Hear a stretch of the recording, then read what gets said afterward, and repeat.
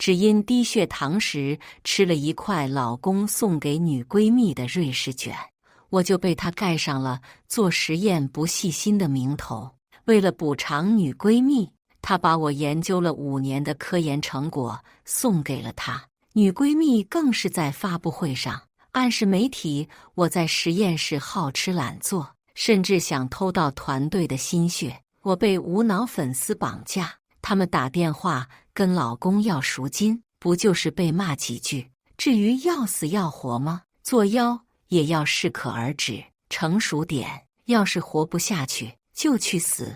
我被打成重伤，送进医院。医生说我此生不会再有孩子了。大家好，开始今天的分享之前，希望你能给人间烟火点个订阅。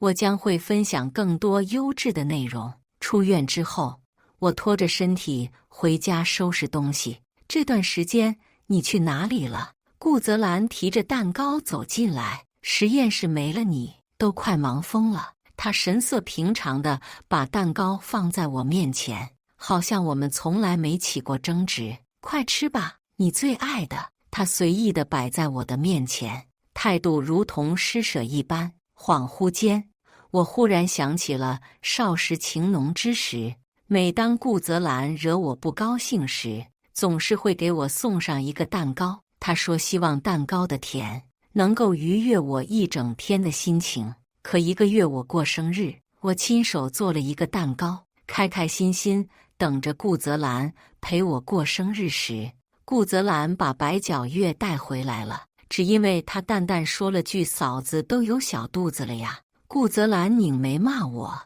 跟个母猪一样，你好意思吃吗？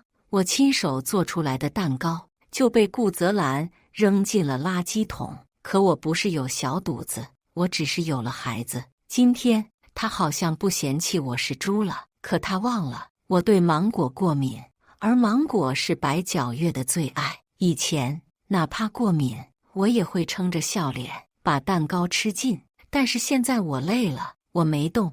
顾泽兰却以为我在耍小性子，她疲惫地揉了揉太阳穴。好了，我实验室很忙，别让我为难。你能不能不要跟个悍妇一样？我跟白皎月什么都没有，就算有，我心里也是爱着你的。朋友圈里他陪白皎月过生日的照片都传疯了，但是他现在依然底气十足地坐在我对面。要是放在以前，我大概会掀了桌子，逼顾泽兰给我一个承诺。但是现在我不想了，我随便嗯了一声，起身往房间里走，不想跟他起争执。他却冷笑一声，把一枚戒指扔到地上，给你的，满意了吧？像打发狗一样，戒指滚落。是我心心念念了很久的。我跟顾泽兰结婚时，两人都比较穷，没有买戒指，有钱了也一直没空去买。前几天在网上偶然看到，很喜欢，但是顾泽兰却一直不肯给我买。现在我看着这枚戒指，却泛起了生理性的恶心。这枚戒指我在白皎月的手上见过，方才他还给我视频挑衅，说这是顾泽兰哥给他买的，但是不小心被画上了。姐姐喜欢的画就送给姐姐吧。上面的划痕明晃晃地摆在眼前，昭示着这就是白皎月丢掉的那枚。白皎月不要的却给我。顾泽兰见我停住，软了语气，好了，不要生气了。小月刚回国，在实验室里还没有站稳脚跟，一个实验成果而已，给了就给了。我答应你，今晚在家好好陪你好不好？另外，我还给你争取了一个新的实验项目。我看了一眼他说的项目，那是谁都不愿要的，现在却施舍般的给我。我嘲讽地看着他，一个实验成果而已，那是我研究了5年的心血。白皎月知道抢了你的项目很自责，明天你去给他道个歉，这事就算过去了。哦，原来最终目的是让我去给白皎月道歉，受害者要去给加害者道歉。我不想吵架，敷衍地点了点头。见我答应，他的神色更加温柔，伸手扣住我的肩膀。我们好久都没有亲热了，今晚我不想。我冷冷地打断他，有些恼怒，可看到我头上的伤疤时，这才想起来一般。那2个绑匪是真的，是不是真的？你不是很清楚吗？我讥讽道。我被打成重伤，送去医院，护士打了10几遍电话，都没有把他叫到医院，理由是白脚月的猫孕吐难受，他走不开。多可笑！我还比不上白脚月的猫。最后是我强撑着意识签下了手术同意书，但因为时间拖得太久，我的孩子没了，我也失去了做妈妈的资格。顾泽兰脸上闪过一丝愧疚，下一秒他的手机响了，是白脚月打来的。接通了没2句话，他抓起车钥匙就往外跑，临走前不忘叮嘱我：小月道德感很强，你记得给她道歉，别让他心里愧疚。他说完，迅速离开，背影消失在门口的那一刻，我打开电脑，给国外的教授回了一封邮件：老师，我想去您的实验室学习。对面应得很快，好像专门等着我一样，连发了几封邮件，迫不及待地给我打了视频电话。唐，很高兴你能同意。对面的老师说着不流利的中文，笑得合不拢嘴。我早就说过，你来我这会有更好的发展。是的，我苦笑一声。唐，你生病了吗？我听你声音感觉不对，不太开心的样子。老师忽然问了一句，这一刻我的鼻子一酸。我们连面都没见到，他却看出了我的不开心，而那个想共度一生的人却装作没看见。我的手不自觉地落在小腹，前几天里面还孕育着一个小小的生命，可是现在那天的剧痛绝望，到了今天还有阵阵余痛。老师，我很开心，我一想到要来找您学习，我就很开心。至于这里的一切，我已经不在乎了。跟老师确认好时间之后，我直接在实验群里打了辞职报告。不出5分钟，巨大的轰鸣声在屋外响起。顾泽兰双眼赤红地闯进屋里，手上拿着的电话还隐约传来白脚月的抽泣声。你到底想干什么？他嘶吼着，扯着我的衣领，一把把我推到地上。白脚月，因为你已经在实验室遭到了猜疑，他已经够自责了，你还不肯放过他。旁边的柜子因为牵扯，哐当一声砸在了我的腿上，剧烈的痛意让我额头布满了冷汗。我本就有伤的腿，如今更是雪上加霜。顾泽兰顿在原地，显然他也想起来，我的腿是因为他变成这样的。曾经为了追求更加准确的实验数据，顾泽兰不听劝阻，执意进入雪山，结果跟部队走散，是我硬生生把他从雪山深处拖出来的，腿也留下了无法治愈的痕迹。那次之后，他更是感动的当场要娶我。你是第一个愿意为我付出生命的人，如果你站不起来，以后我就是你的双腿。如今物是人非，顾泽兰注意到我苍白的脸色，急忙扶起柜子。是老毛病又犯了吗？我带你去医院。他横抱起我往外冲，可是打开车门的瞬间，他僵住了。巨大的玩偶占据了副驾驶的位置，前面挂了一个木牌，上面张牙舞爪地写着白脚月专座，老女人坐了，小心诅咒哦。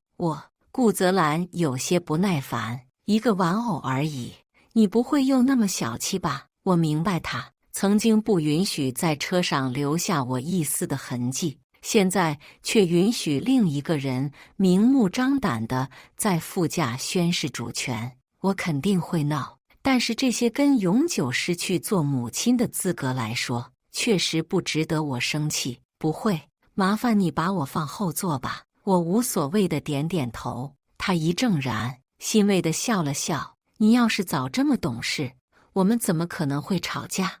我冷冷地瞥了他一眼，闭上眼不说话。他摸了摸鼻子，心情愉快倒在路上哼起了小曲。就在这时，他的手机铃声忽然响起：“兰哥，我刚才不小心把硫酸打翻了，快来救救我！”白皎月话音刚落，顾泽兰猛地踩下了急刹车，立马掉头。我因为惯性，猛地撞在了后座上。我还要去医院。我忍着头晕开口，他却像是被触碰了逆鳞一般，赤红着双眼：“你怎么这么恶毒？白皎月，因为你心绪不宁，都打翻了硫酸了，你却只想着你自己。好啊！”他打开车门，大步流星地来到后座，把我扯下车。要去医院，自己去就行了。说完，车身擦着我的身体疾驰而去。我被带着滚了几圈，身上各处都擦破了不少，往外不断地冒着血，小腿更是以一种扭曲的姿势贴在地上。我意识恍惚，喷出一口血，晕了过去。最后隐约听到了120急救的声音。出院不到1天，我再次进了医院，医生拉着我好一顿叮嘱，才肯放我离开。我艰难地撑着拐杖到家，却发现刚收拾好的家被弄得一团糟。姐姐，你回来了！号称被硫酸泼到的白皎月，此刻穿着我的睡衣，完好无损地站在卧室门前，而我的丈夫也只围了一条浴巾站在他后面。都怪兰哥，我都说了没事，他非要我回家再检查一遍。白皎月娇嗔地瞪了他一眼：“我们什么都没有，姐姐，你不要误会哦。”俏皮地冲我眨眨眼，他也配合地陪着笑：“我的小姑奶奶，我这不是担心你吗？”我身心俱疲，想绕过他，不想看他们虚伪的样子，却没想到白皎月尖叫一声，从楼梯上滚了下去，身前大片的春光露了出来。他仰头看我，倔强的不让眼泪流下来。我不知道做错了什么，让姐姐推我。唐圆圆，顾泽兰怒斥我一声，推开我冲下去扶白皎月。我身形不稳，要不是及时抓住扶手，今晚恐怕又要进医院了。我们客厅有监控，还有我双手都撑着拐杖，怎么推他？姐姐消气就好。白皎月轻吸着气，努力站起来。只要不影响到兰哥的家庭关系，就算让我死，我也愿意。顾泽兰被感动到了，委屈你了，你不及小月的1/1000哦。那我们离婚，你娶她好了。我被气笑了，直截了当地告诉他。说完，我拄着拐杖就想离开。顾泽兰松开白皎月，抓住我的胳膊：“你再说一遍。”我也抬头盯着他，铿锵有力。我说：“我们离婚，闹脾气也要有个限度。”他怒斥：“你控制我的工作，现在连我的人际关系也想插手吗？当初明明是他求着我帮他做实验，现在又成了我控制他的工作，还有到现在他都坚持的。”妹妹，顾泽兰哥，姐姐是不是被气糊涂了呀？白皎月突然道。我察觉到不对劲，想离开，但是已经来不及了。顾泽兰扯着我的头发，把我拽进厨房，扯开腿上的纱布，将一整袋盐都撒在了我的伤口上。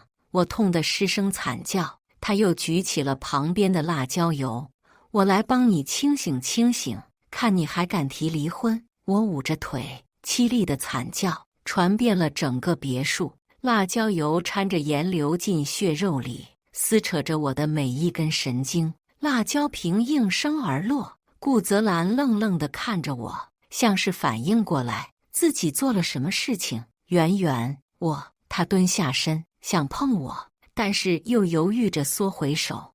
我拾起地上的水果刀，狠狠地刺进了他僵持在半空的手掌，嘶吼：“滚出去！”白皎月扑过去，护在顾泽兰身前，尖叫着要让我付出代价。顾泽兰自己理亏，拉着白皎月出了别墅，匆匆去医院包扎。我咬着牙，再次拨打了医院的急救电话，因为伤口感染发起高烧，被勒令住院。这次顾泽兰衣不解带，在病床旁受了几天几夜，求和一般，买了好多蛋糕放在床头柜上。然而住院的这段时间，白皎月又发了不少朋友圈。哎呀，哥哥买了好多蛋糕，吃不完，只能每个都尝一勺，然后拿去喂流浪狗了。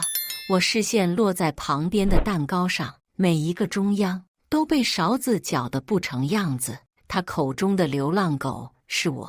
外面的顾泽兰推门进来，为难地说要去参加研究成果交流会，那是我跟白皎月一起研究出来的。投资方点名要我们去，只是做个报告，很快就回来了。说多了，恐怕连他自己都忘了。这个研究成果是他从我手里抢走的了吧？我能去吗？我看着他的眼睛，温声细语。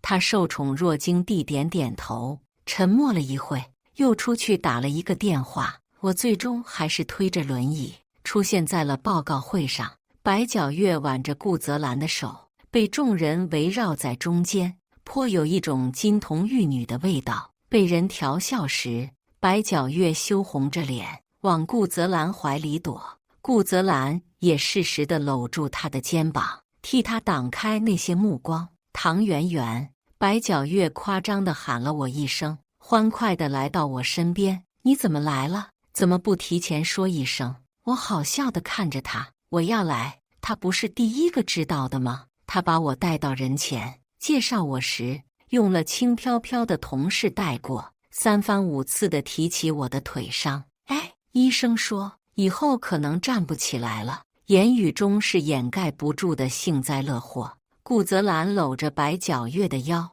穿梭在人群里。到现在我才明白，在我看不见的地方，两人早就情投意合，无比默契。这哪是同事啊，这分明是情侣呀！好事将近了吧？旁人敬酒，到时候可一定要请我们喝喜酒啊！还是先把今晚的投资拿下吧。顾泽兰笑着喝下那杯酒，既不否认，也不应和。哦，这就是她嘴里的只是女闺蜜呀。师娘，你来了。顾泽兰的徒弟走到白皎月身前，脸上全是讨好的笑意。早就听师傅说，师娘天资动人，今日一见，果然不同凡响。白皎月脸瞬间爆红，咬着下唇去看顾泽兰。顾泽兰笑容一僵，本来想掩盖的遮羞布被扯了下来。他以为明说就不算把柄，可能他以为我是傻子吧。直到这块遮羞布被扯了下来，他慌乱地看向我。圆圆，这小子没点眼力劲儿，你确实天造地设。我向他遥遥举杯，笑了笑。他愣在原地，似乎终于察觉到此时的我过于很平静，像是不会在乎他的一言一行一般。有知情的人偷偷告诉了顾泽兰的徒弟，徒弟立马看向我，脸上笑意尽失。师母，但是看到我身上宽大的实验服跟坐着的轮椅，他脱口而出：“师父喜欢他。”声音不大不小，却能让所有人都听见。是，此刻的我脸色惨白地坐在轮椅上，以后能不能站起来还是个问题。确实没有办法跟顾泽兰身边明艳照人的白皎月相比。白皎月是天上的一轮明月，而我却连一粒尘埃都算不上。手机嗡嗡地震动起来，毫无防备地接起来，确实恶毒的咒骂，立马关掉手机。后台的消息不断地弹出，半晌我才看到最新的消息：天才研究员与青梅副手的奋斗故事。我面无表情地把手机举到顾泽兰面前，她血色尽失，手上的酒杯也掉在地上。这是领导的决定，跟我没有关系。白皎月也说：“对呀，要不是姐姐在公众面前非要说那成果是你研究出来了，我们又何必出一篇这样的报道辟谣？我们是迫于无奈呀。可是那成果本就是我的，迫于无奈。”我好笑地看着紧张的顾泽兰，如今他们是炙手可热的研究员，没有他们的点头，谁敢放出这篇报道？所有人站在两人背后，对我指指点点。曾经因为要照顾顾泽兰事业而隐瞒的婚姻，如今却成了刺向我的利刃。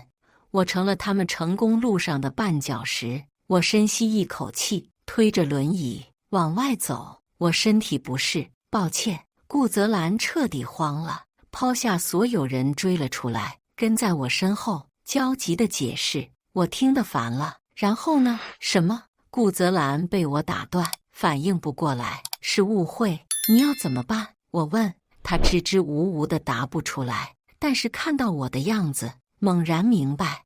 我问这句话不是寻求一个结果，只是不想听他放屁。我是真的不在乎了。顾泽兰没有回去，亦步亦趋地跟我回了家，讨好般的把家里收拾得干干净净。事后深情地看着我，圆圆，我们要个孩子吧。我怒火蹭一下冒上来，要不是他，我也不会被绑架，也不会被打倒重伤，失去了我的第一个孩子，更不会失去一个永久做母亲的资格。住院期间，但凡他关心我有点，都不会说出要一个孩子这样的话。我讥讽地把他推到地上，你有孩子的，但是他死了，你不知道吗？我淡漠地看了他一眼，推着轮椅转身而去。顾泽兰，你这辈子都不配有孩子。顾泽兰瘫在地上，久久不能回神，大概是为了补偿我。顾泽兰把我的名字加在了很多的论文发表上，同时还推掉了全部工作，专心陪在我身边。你不是最喜欢爬山吗？我们去爬山怎么样？顾泽兰拿着2张门票，兴冲冲地走进来。以前我听说一起登顶的情侣永远不会分开，所以一直缠着他，要他带我去爬山。可是每次都被他用，实验室离不开我。我现在正是最重要的时候，能不能有点事业心？但是我们都心照不宣地略过了。白皎月为了阻拦顾泽兰陪我度蜜月爬山，闹自杀的事情，为了保护他嘴里的女闺蜜，他选择伤害刚新婚不久的妻子。我看着自己的腿，他顺着我的目光落在我的腿上。我的腿是怎么变成这样的？他心知肚明，脸上的笑容一下子僵住了，似乎想起来我的腿爬不了山。他急切地抓住我的手，圆圆，我背你上去好吗？听到这话，以前的我大概会感动得痛哭流涕，现在我只是抽出手。实验室离不开你，你现在正是最重要的时候，有点事业心好吗？熟悉的话堵得顾泽兰梗在原地，最后捏紧了门票，失魂落魄地回了房间。第2天，我直接找了搬家公司来搬走了我所有的东西，确保一根头发丝都不会留下，然后把跟顾泽兰绑定的电话卡折断扔进了垃圾桶。坐上飞机之前，我把离婚协议书放在了客厅的桌子上，跟他一起的是这些年他出轨的证据，还有他跟白皎月盗取我成果的证据。到了国外，来接我的导师给我了一个大大的拥抱，他诧异地看着我的腿，随后什么都没问，立马请来专家为我检查。专家说，只要手术之后，我坚持复健，我的腿还是可以站起来的。我积极准备手术的时候，白皎月给我发了他家监控的实时更新的链接过来。自我走后，顾泽兰没有想过我一次，他一直跟在白皎月家里，跟白皎月鬼混，每天醉生梦死，好不快乐。可笑的是，他们睡了一觉之后，当白皎月提出要他负责时，我看到顾泽兰犹豫了。我该回家了。顾泽兰匆匆收拾着东西往外赶。兰哥，白皎月拉着他的衣服，咬着唇，这几天难道你不快乐吗？你为什么非要回去面对那个残废的黄脸婆呢？凹凸有致的身材在顾泽兰眼前晃，顾泽兰脑子里似乎也浮现出我坐着轮椅，满脸怨怼的样子。再三权衡，他选择了妥协，拿起手机给我发了一个消息：唐圆圆，立马把数据给我发过来，得到的只是一个红色的感叹号。他这才发现，他之前给我发的消息，我竟然也没回。也许他以为那次提出背我就是他给的最大的妥协，而我的拒绝打了他的脸，因此这些天他都在等着我联系他，想等我后悔。可惜的是，我不会后悔。我看到顾泽兰的脸色微白，他颤抖着手，立马给我打电话，却怎么也打不通。直到去联系了我的朋友，他这才发现我的所有朋友都将他拉黑得彻彻底底的。顾泽兰似乎慌了，他再也坐不住，抱着衣服就往外跑。兰哥，白皎月想故技重施，却被他一把推开，滚开！我要去找唐圆圆。他头也没回，冲了出去。然而回到家，里面早就被我搬空了。房子里家具大部分都是我置办的，我要走，自然不会给他留下。他疯了一样搜遍房子的每一个角落，什么也没找到。我看着家里的监控，忽地笑了笑，找累了，他才失魂落魄地坐在客厅里。圆圆，你去哪了？余光瞥见桌上码得整整齐齐的白纸，他立马抓起来，发现是离婚协议书。旁边是他跟白皎月各种亲密的照片，还有偷到我成果的证据，上面全都证明着我早就知道两人厮混的事实。顾泽兰崩溃地坐在椅子上，又看见垃圾桶里被我扔掉的手术单，他抖着手捡起来，上面深红的血迹都在告诉他，那天我是怎么在绝望中给自己签下的协议书。顾泽兰开始疯狂搜索自己那天在干什么，结果搜到了那天对我的恶语相加。他反复看了好几遍，突然抬手给了自己好几巴掌。我求他来见孩子最后一面，他讥讽我的孩子不配来到这个世上。我强撑着身体，忍着失去孩子的痛苦，签下协议书的时候，他搂着白皎月，享受着众人的祝福。最后，我永久地失去了当一个妈妈的资格。他却说想要跟我有一个孩子。对不起，我不会是故意的。顾泽兰把自己埋进掌心里，言语里全是后悔。就在他忏悔的时候，我打开了监控的对话。圆圆，听到动静，顾泽兰连忙凑到了监控摄像头的面前，看着他痛哭的脸，我激不起一点情绪。顾泽兰，看到离婚协议书了吗？圆圆，你别离婚，我错了，我真的错了。顾泽兰哭着恳求我，只要你答应不离婚，哪怕要我死，我也愿意。可是，一想到和你还有一丁点的关系，我就恶心的不行。我出声打断了顾泽兰的话，她的脸色猛然惨白起来。为什么不愿意离婚？因为有我在。你和白皎月的偷情会更加刺激吗？我是你们情趣的一环吗？顾泽兰，你还记得你跟我表白的那天吗？你还记得你当初为了追我做了什么吗？顾泽兰追了我3年，我才答应。我最终软下心答应他，是因为他救了一只流浪猫，那是我喂的流浪猫。我喂了它3年，它养成了每天定点等我吃饭的习惯。直到有一天，猫不见了，是顾泽兰在猫贩子手里救回来的。因为救它，它还差点被车给卷走。我哭着骂它，它说：“圆圆，你在乎的任何东西都是我珍视的东西。曾经对我无比真诚、真心的少年已经没了。”我说：“顾泽兰，别让我后悔，后悔我当初选择了和你在一起。到现在，我仍然是喜欢的，喜欢那个曾经真挚的少年，但他不再是顾泽兰。”顾泽兰红了眼眶。圆圆，真的一点机会都不给吗？是我变了，我会变回去的，求你给我一个机会好吗？圆圆，是我错了。他拿起刀子，在曾经的伤口上狠狠划了一道。求你了，圆圆，没了你，我会活不下去的。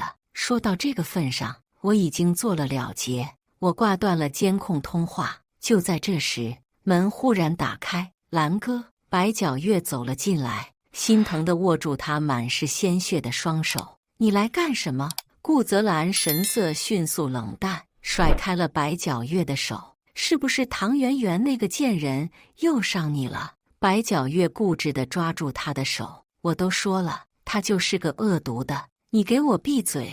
他暴怒地扇了白皎月一巴掌，打断了他的话。这一巴掌，顾泽兰用了10×10的力气。白皎月不可置信地看了顾泽兰好一会，才尖叫起来：顾泽兰，你敢打我？你之前是怎么跟我说的？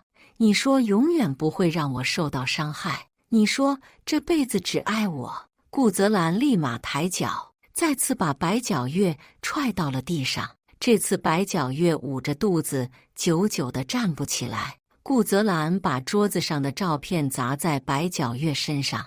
为什么要给圆圆发这些照片？白皎月，我对你还不够好吗？为什么要破坏我的家庭？为什么？你真以为没了圆圆我会要你？你也不看看自己是个什么烂货！我这辈子都不会和圆圆离婚，更不可能和你在一起。你免费送上来，我他妈只是玩玩你而已。你真以为自己是什么好东西吗？顾泽兰无情的话刺激到了白皎月，他冷哼一声，捂着肚子站起来。那你又是什么好东西吗？你以为我就真心对你？别给自己脸上贴金了，我不过是看你手上有点东西而已，不然除了唐圆圆，谁会搭理你？也就唐圆圆那个蠢货，视你如宝。白皎月越说越激动，你一边享受着唐圆圆对你的好，一边又不肯放弃我给你带来的虚荣心。我破坏你的家庭，是你自己管不住你身下那根小辣椒。白皎月的话彻底将顾泽兰给激怒了。我听着他们的对话，只觉得可笑，都是辜负真心的人，都该死。手术很成功，我现在已经可以拄着拐杖试着下床行走了，身体刚好一点，就被导师抓去实验室做实验。过程中，他用蹩脚的中文连连惊叹，我的名字也出现在了各种科研会上。导师跟我保证，只要我成功做出这一项实验，我一定会在这个领域成为举足轻重的人员。就在我享受着最纯粹的研究时，顾泽兰找上门来了。在我的预想中，他最快也要1年，没想到不到半年他就找了过来。几个月不见，他胡子拉碴，衣衫不整地站在研究所门前，全然不是印象里意气风发的模样。我跟身边的同事讨论着刚才的数据，目不斜视地经过他身边，他不敢来打扰我，每天站在研究所门前，深情地看着我。很快，他就引起了导师的注意，趁着空隙，他把我叫进办公室，试探地问我会不会跟顾泽兰回国。一扭头，看见百叶窗外同事探究的目光，一股烦躁从心底升腾而起。我会处理好的。顾泽兰见我冲他走过去，眼睛一亮，迎了上来。我不耐烦地把他扯到角落。你想干什么？顾泽兰却伸手想碰我的脸，被我躲开后，受伤地扯了扯嘴角，最后扑通一声跪在了我面前。圆圆，我已经处理好了跟白皎月的关系，现在你腿好了，我带你去爬山，还有那个论文的署名权，我也已经重新加上了你的名字。白皎月被我踢出团队了，失去你之后，我才知道我爱的是你，你原谅我好不好？我不能没有你。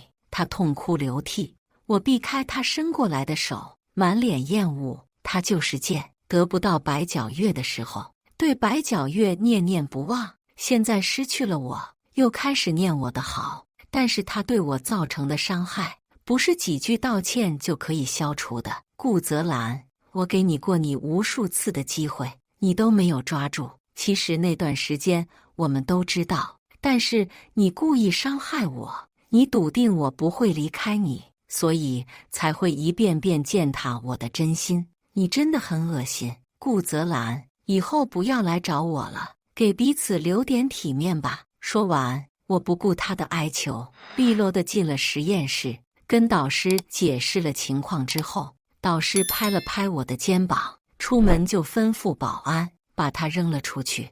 但是顾泽兰铁了心，一定要挽回我，在附近租了一个房子，每天守在研究所的门口，风雨无阻，直到他高烧晕倒在门口，我也没有管他，还是好心人把他送进医院。在医院住了10几天，我都没有去看过他，他才绝望地明白，我是真的不爱他，已经彻彻底底放下他了。狼狈地离开之后，我就再也没关心过他任何事，直到我回国开学术交流会，他西装革履地守在登机口。经过1年的研究，我的名字已经传遍了大街小巷，有不少学生得到消息，都守在登机口，想要一个我的签名。而顾泽兰这几年也取得了不少成绩，被不少人认了出来。好久不见，他微笑着伸手要拥抱我，不介绍一下吗？却被人强势地扶开。你是谁？顾泽兰立马进入战斗模式，我依偎在怀抱里，扬起甜蜜的笑。这是我的男朋友，艾伦。男朋友？他失神地喃喃了一句。艾伦隔开我们2个人。你就是那个死渣男。我没忍住，笑出声。这大概是他最近才学的新词。顾泽兰被他一骂，脸上青青紫紫的，不是很好看。唐圆圆，你在骗我对不对？你那么爱我？不是。我立刻打断他，我跟艾伦是真心相爱，他很爱我，我也很爱他，他不会为了白皎月光不断地伤害我，而且我们已经分开5年了，你凭什么觉得我还爱你？等拿了离婚证，我会立刻跟艾伦结婚。我们没有可能了吗？他嘶哑着问。没有。我挽着艾伦走出去，迎接那些记者的提问，同时公布了艾伦的身份。我从来没想过顾泽兰这么不要脸，那天我都把话说清楚了，他却依旧纠缠不休，甚至在官方媒体面前宣扬艾伦的学术成就都是偷来的。网友被煽动，一大批人涌入我跟艾伦的评论区，疯狂辱骂。我看着他侃侃而谈的样子，冷笑一声，在交流会上直接把当年他偷到我成果的证据扔了出来，同时也把当初我们3个人纠缠的真相写成了小作文，发在了平台上。不等发布会结束，小作文立马冲上了热搜第1。骂过我的人给我道歉，风向一变，更加疯狂地去辱骂顾泽兰。顾泽兰，你想挽回我，不是因为爱，是因为你接受不了曾经的附庸品，离开了你变得闪闪发光。你接受不了曾经爱你的人离你而去。你真的爱我吗？并不。你虚荣心跟占有欲发作，你自信地认为离开你，我就没有办法活下去。不是的，曾经我以为你是我世界的全部，但是事实是，离开你，我遇到了真正真实我的人，没有你我会过得更好。顾泽兰曾经的论文都被彻查了一遍，毕竟一个品行不端的人，有1次偷盗行为，就有第2次、第3次。在一个阳光明媚的正午，顾泽兰留了一封道歉信，从高楼一跃而下。至于白皎月，当初顾泽兰毫不留情地揭穿他学术造假的事情，并把他踢出团队。学术界对这种人避如蛇蝎，他没了工作，又不愿放下身段去做其他的工作，最后直到白皎月消息时，是因为他去给暴发户当情人，被人当街抓住。那原配是个厉害的，直接在街上扒了他的衣服，疯狂扇巴掌。白皎月被人打断了1条腿，勉强逃过一劫。但是到了晚上，原配雇了好几个流氓，把他拖进了小巷。据当时经过的人说，那一晚都回荡着女人的惨叫，他被折磨得不成人样，还染上了不好的病，到处求人，都被人赶了出来。最后被冻死在了街头。我听到之后一阵唏嘘，然后整理了一下自己的着装，在宣布最高奖项的得主时，站起来，走向了属于我的未来。以上就是今天分享的故事。大家有什么想说的、想吐槽的，欢迎在下方评论交流。也更希望能给人间烟火点个订阅，我将会分享更多优质的故事内容。